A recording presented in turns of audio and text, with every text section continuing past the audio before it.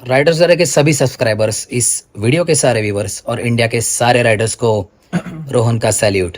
First of all thank you so much. जो मैंने अभी रिसेंट वीडियो डाला था कि इलेक्ट्रिक व्हीकल और एमजी का जो नया विंस्टर मॉडल आया ईवी का, उसके बारे में मैंने थोड़ी सी बात करी थी। आप लोगों को काफ़ी अच्छा लगा and I feel more responsible after such A videos and such a response कि अगर ज़्यादा से ज़्यादा इन्फॉर्मेशन मैं शेयर कर सकता हूँ आउट ऑफ माई नॉलेज तो क्यों ना करूँ।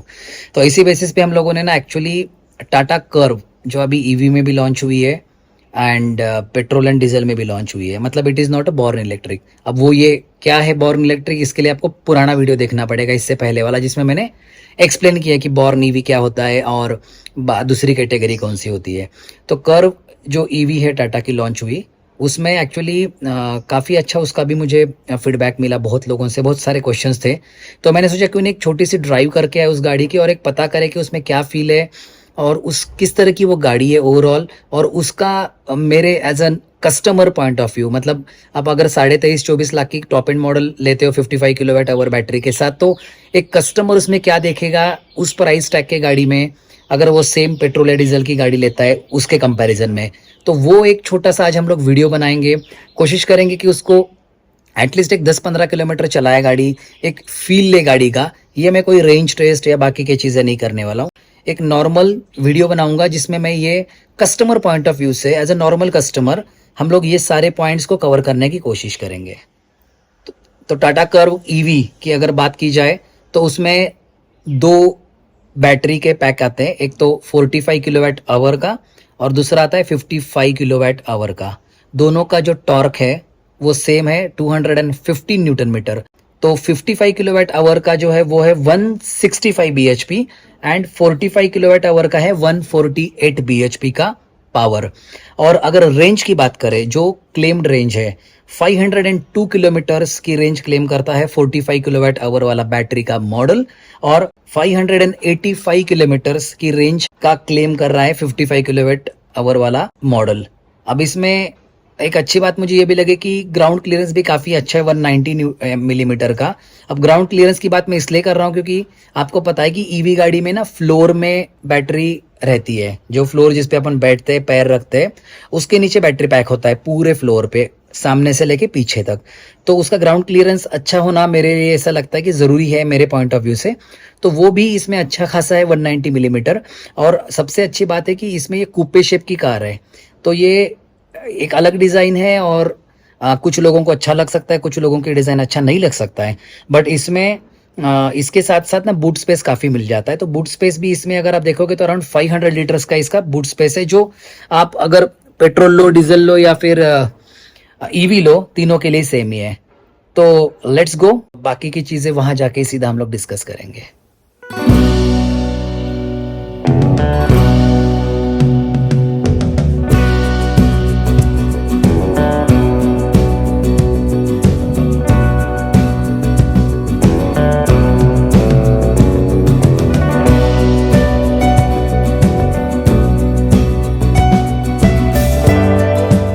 तो पब्लिक डिमांड पे आज मैं और मुकुल आए थे टाटा कर्व का रिव्यू करने। जैसे अभी आपने स्पेसिफिकेशन सुने, कार के बारे में इंफॉर्मेशन सुनी।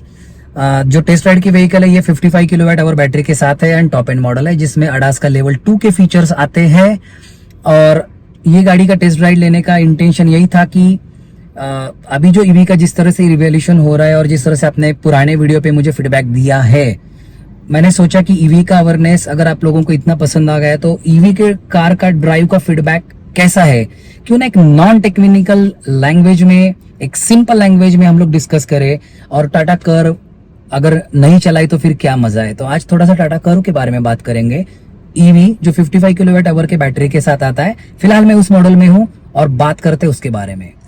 स्टार्ट करते हैं सबसे इंटीरियर से, और इंटीरियर में आप देख सकते हो कि पूरा डिजिटल इंस्ट्रूमेंट क्लस्टर है, बहुत बड़ा स्क्रीन है जिसका कैमरा क्वालिटी बहुत औसम है, और उसके साथ ही 360 डिग्री कैमरा है इसमें। इंटीरियर जो है यहाँ पे हार्ड प्लास्टिक है, लेकिन मुझे नहीं लगता कि उससे कुछ फर्क पड़ता है, दिखने में भी अच्छा इंटीरियर है। यहाँ पे कुछ लेदर फिनिश देने का ट्राई किया है and the seat is like this for top end model. It is not the red which we have seen in the advertisement.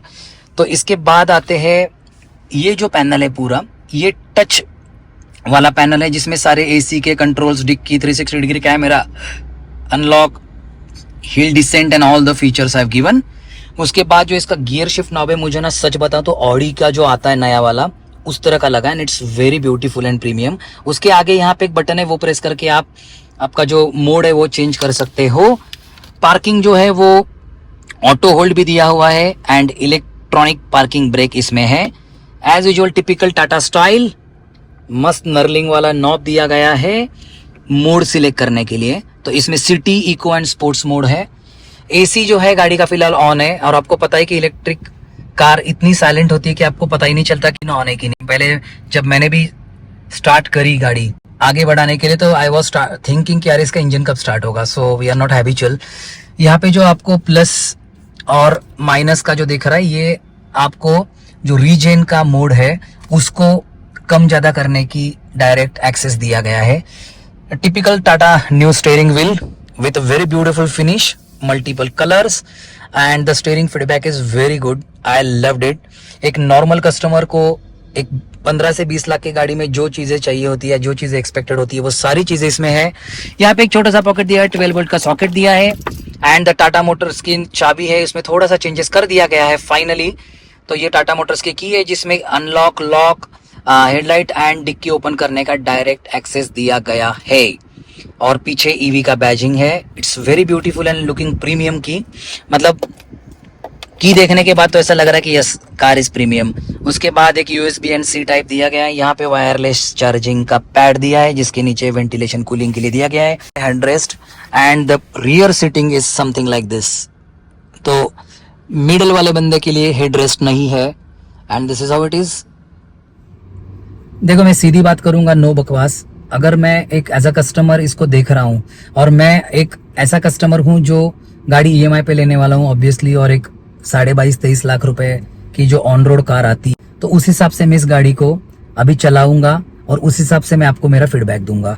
इसमें बहुत ज्यादा हाई एक्सपेक्टेशंस मैं नहीं रख रहा हूं, because it is not a high end car जो luxury car and all that. But yes, आज के डेट में 22-23 लाख के आइस इंजन के कार में जो फीचर्स आते हैं वो इस कार में फीचर्स आते हैं, और उस फीचर्स में कोई कॉम्प्रोमाइज नहीं किया गया है, and that is the best part. Now इसका ड्राइव फीडबैक में जस्ट आपको बता दूं, मैंने अभी लगभग 2 किलोमीटर गाड़ी चलाई, एंड इनिशियल इंप्रेशन जो होता है, एक होता है पंच, जो एक एक्सीलरेटर देने के साथ जो एक किक आती है या जो एक पावर निकलती है गाड़ी का, एक जो पिकअप होता है वो बहुत ही अच्छा है। ईवी में ऑब्वियसली टॉर्क एकदम डेवलप होता है, मोटर में तो पिकअप बहुत अच्छा लगता है। उसके अलावा चलाने में बहुत स्मूथ है।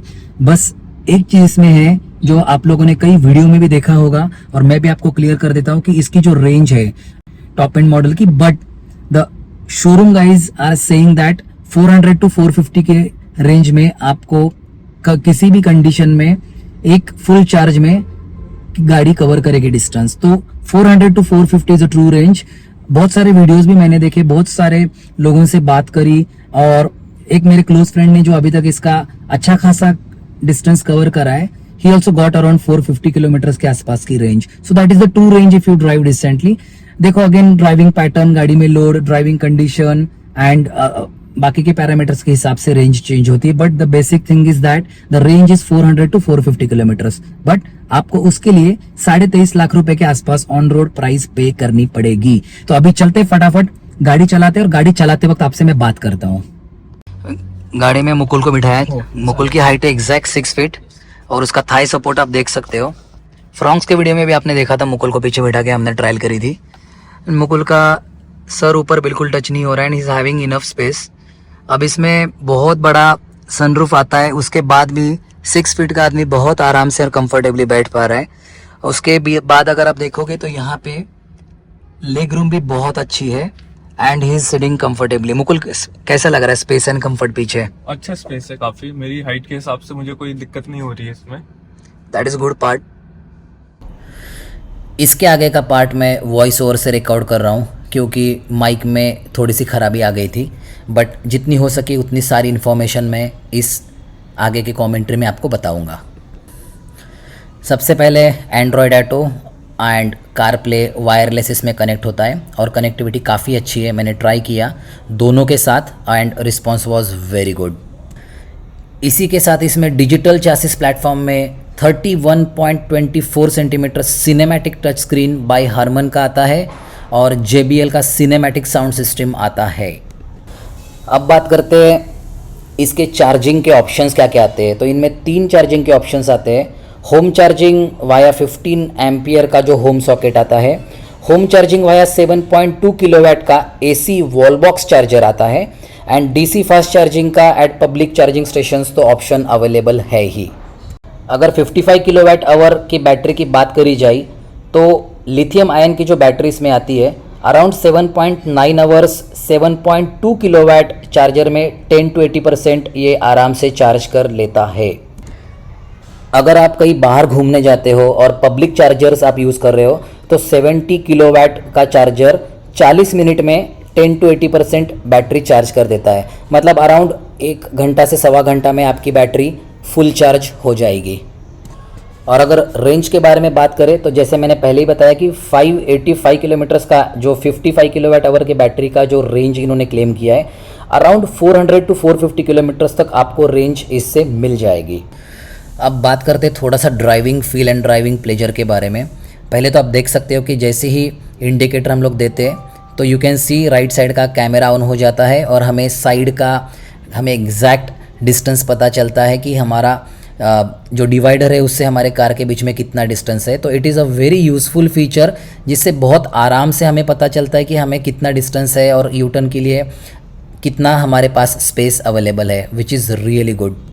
Steering feedback is really superb. और एक जो फर्म स्टेयरिंग फीडबैक चाहिए होता है, जो एक पॉजिटिव फीडबैक बोलते हैं हम लोग, वो बहुत अच्छा है। स्टेयरिंग का रिटर्नेबिलिटी भी बहुत अच्छा है एंड ओवरऑल स्टीयरिंग को होल्ड करने के लिए मैंने बताया कि ये जो जिस तरह का लेदर और कॉम्बिनेशन इन्होंने यूज़ किया है, इट्स रियली ब्यूटीफुल। अब बात करते थोड़ा सा सस्पेंशन के बारे में। सस्पेंशन के लिए मैं बहुत हाई स्पीड में चला के कुछ कॉर्नरिंग वगैरह टेस्ट नहीं किया, बट जितना भी मैंने ड्राइव किया अराउंड 80-90 के स्पीड में या एक्सेलरेशन किया, the suspension is really good, comfortable. It is not very stiff, not very soft. अब बात करते थोड़ा सा विजिबिलिटी के बारे में। इतना बड़ा टच स्क्रीन सामने होने के बाद भी the visibility is really good और सीट हाइट एडजस्टमेंट होने के कारण the visibility becomes much easy. The view angle is really good. A pillar जो होता है, जो राइट साइड में या लेफ़्ट साइड में जो होता है, उससे ज़्यादा कुछ विजिबिलिटी में परेशानी नहीं हो रही है and it is very easy to manoeuvre in the city as well.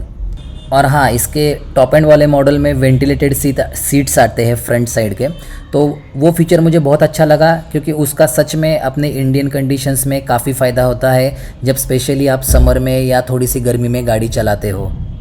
अब बात करते हैं गाड़ी के अंदर की स्पेस की। तो आप लोगों को ऑनेस्टली बताता हूँ, MG विंस्टर में मुझे इसके मुकाबले बहुत ज़्यादा स्पेस फील हुई और बहुत ज़्यादा क्लस्ट्रोफोबिक फील हो रहा था मुझे, even though there is a big sunroof. But MG Windsor में मुझे ऐसा लगा कि वो बहुत ही ज़्यादा स्पेसियस है। इवन दो उसमें सिर्फ मूनरूफ है, बट फिर भी it was giving a very open and wide feel. मतलब एकदम इंटीरियर के कलर का भी फ़र्क पड़ सकता है, हालांकि उसमें डार्क कलर्स यूज़ किए गए हैं, बट फिर भी वो ज़्यादा स्पेशियस है। मेरा और एक ऑब्जर्वेशन है कि इसका रियर व्यू कूपे शेप के कारण बहुत रिस्ट्रिक्ट हो जाता है और मिरर में इतना अच्छा व्यू नहीं मिल पाता है। तो that is one of the observation जो धीरे धीरे प्रैक्टिस के साथ आप हैबिचुअल हो जाओगे।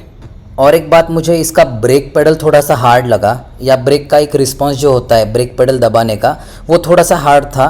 तो I was not very comfortable with the braking, but the braking efficiency is very good up to the mark. मैंने तीनों ड्राइविंग मोड के साथ गाड़ी चलाई एंड आई फाउंड कि इको में बहुत अच्छी गाड़ी का रिस्पॉन्स है। The throttle response is too good. EV में वैसे आप अगर देखोगे तो टॉर्क बिल्टअप बहुत फास्ट होता है, तो ज़्यादा कुछ फ़र्क नहीं पड़ा।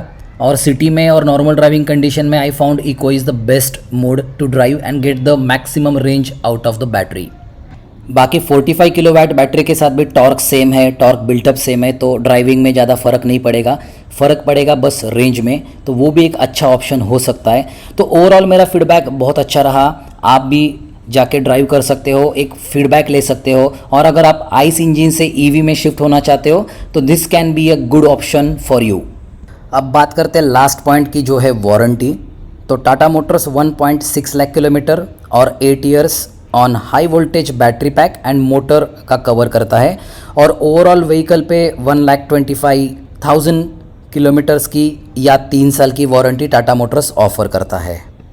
तो जितने इंपॉर्टेंट पॉइंट्स है वो मैंने सारे डिस्कस करने की कोशिश करी है during the drive. I am really sorry again, क्योंकि माइक ने काम नहीं किया तो मुझे वॉइस ओवर पे ये वीडियो कंप्लीट करना पड़ा। बट ओवरऑल बहुत अच्छा एक्सपीरियंस रहा एंड आई अगेन विश कि ऐसे ही अच्छे ईवी मॉडल्स इंडिया में आए, अफोर्डेबल प्राइस में आए, अच्छे ऑप्शंस फाइनेंस स्कीम के साथ आए और बहुत जल्दी अच्छा ईवी का चार्जिंग स्टेशन का नेटवर्क इंडिया में डेवलप हो। इसी बात पे करते इस वीडियो का एंड। मिलते हैं अगले वीडियो में। आप लोगों को अगर वीडियो अच्छा लगा है या कुछ भी अच्छा लगा है तो please do comment, like and subscribe. और एज़ यूजुअल कमेंट सेक्शन आपके लिए ओपन है, कोई भी डाउट हो let's start the discussion forum. मिलते हैं नेक्स्ट व्लॉग में, तब तक के लिए please take care, leave your dreams but don't leave your responsibilities. Bye bye.